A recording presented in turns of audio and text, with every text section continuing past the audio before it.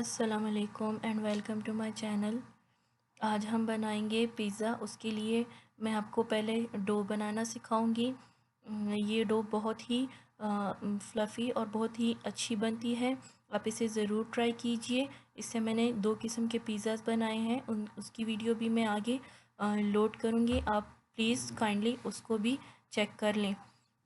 इसके लिए हमें जिन जिन चीज़ों की ज़रूरत होगी वो प्लीज़ आप नोट डाउन कर लें। सबसे पहले मैंने मैदा लिया है, ऑल पर्पस फ्लावर 4 कप मैंने लिए हैं लेवल्ड।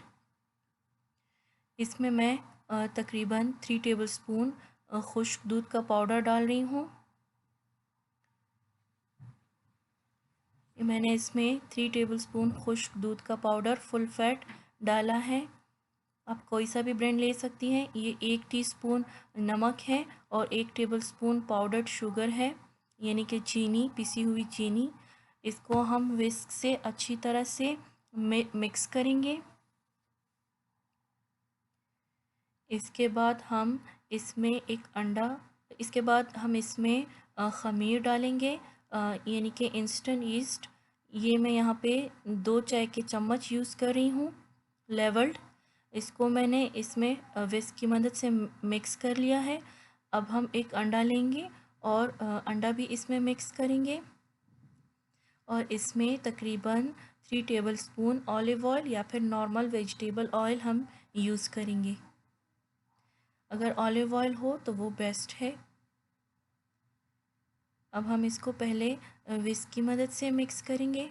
उसके बाद हम इसको हाथ की मदद से अच्छे से मिक्स करेंगे ताकि ये क्रम्स की शक्ल में आ जाए। इस तरह से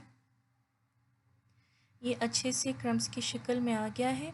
अब हम इसमें मैं यहाँ पे 2 कप गर्म पानी यूज़ कर रही हूँ और इसमें हम बिल्कुल ही आहिस्ता आहिस्ता 2 कप पानी ऐड करेंगे। पहले मैंने 1 कप लिया और इसको मैं आहिस्ता आहिस्ता इसमें ऐड करती जा रही हूँ।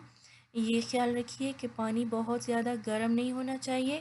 इसको ल्यूकवार्म यानी कि बहुत हल्का सा गर्म होना चाहिए।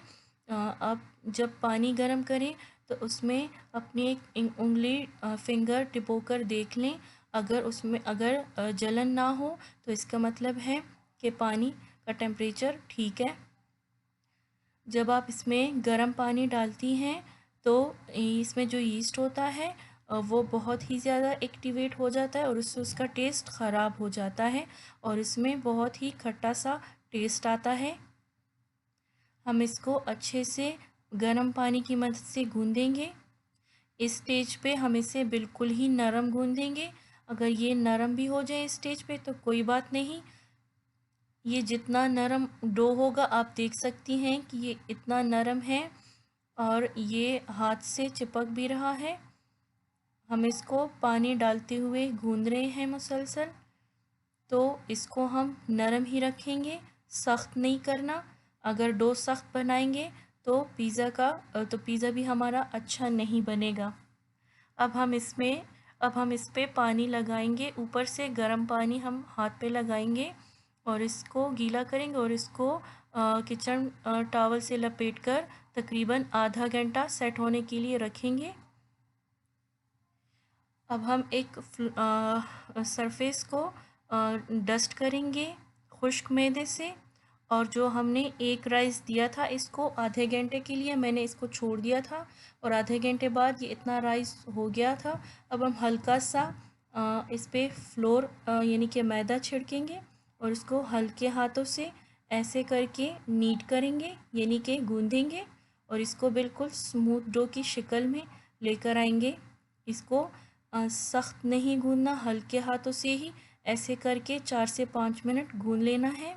और बहुत ज़्यादा इस स्टेज पे इस पे खुश्क मैदा भी नहीं छिड़कना। ऐसे करके एक स्मूथ सा डो बन गया है, नरम भी है, आप देख सकती हैं। अब हम एक बॉल लेंगे और इस पे ऑयल लगाएंगे ब्रश की मदद से। इसको मैंने अच्छे से ब्रश की मदद से ग्रीस कर लिया है। अब हम इसमें ये डो रखेंगे।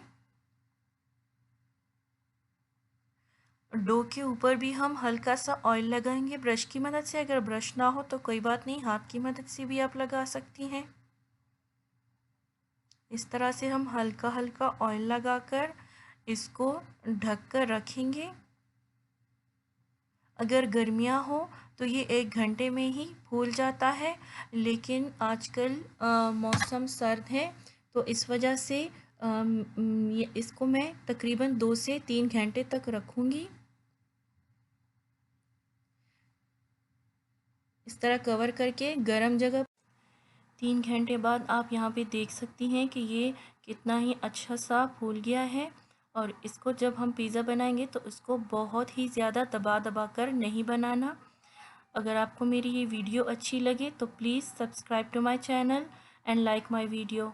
अल्लाह हाफ़िज़।